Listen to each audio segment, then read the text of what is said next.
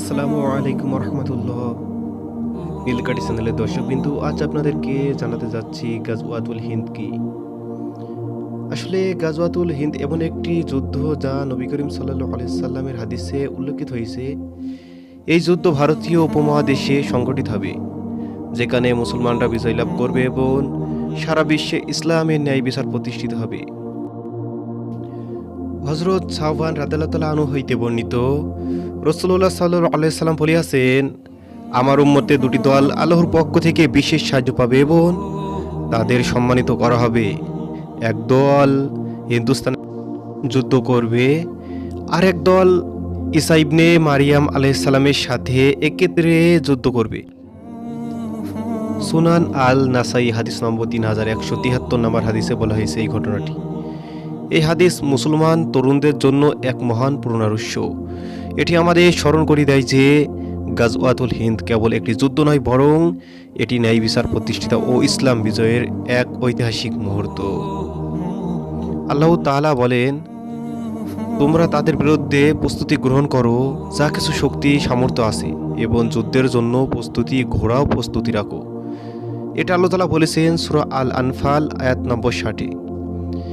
এই আয়াতের আলোকে বোঝা যায় যে কোনো সময়ের জন্য প্রস্তুতি থাকা ইমানদারদের কর্তব্য। শুধু শারীরিক শক্তি নয়, বরং আত্মিক ও মানসিক প্রস্তুতিও অপরিহার্য। প্র্যাকটিসিং মুসলমানদের জন্য, বিশেষত তরুণদের জন্য কিছু দিক নির্দেশনা। 1 নম্বর হইল ঈমান ও তাকওয়ার উন্নতি। প্রতিদিন নিয়মিত নামাজ আদায় করুন, কুরআন তিলাওয়াত ও অর্থ বোঝার চেষ্টা করুন এবং রাসূলুল্লাহ সাল্লাল্লাহু আলাইহি সাল্লামের সুন্নাহ মেনে চলুন। জ্ঞান অর্জন, ইসলামিক জ্ঞান। 2 নম্বর বলা হয়েছে যে আধুনিক জ্ঞান উভয়ই অর্জন করুন।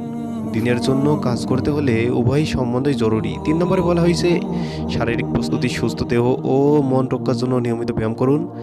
শারীরিক শক্তি একজন মুসলমানের গুরুত্বপূর্ণ গুণ। 4 নম্বরে বলা হয়েছে ঐক্য গঠন। মুসলিম উম্মার মধ্যে ঐক্য স্থাপন করুন, বিভক্তি পরিহার করুন এবং একটি দল হয়ে কাজ করার জন্য মানসিকতা তৈরি করুন।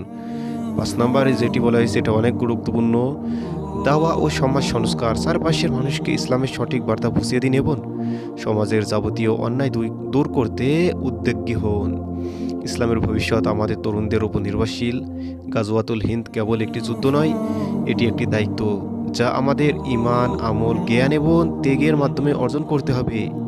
আল্লাহর পথে চলার জন্য প্রতিটি মুহূর্তে নিজেদের তৈরি করুন।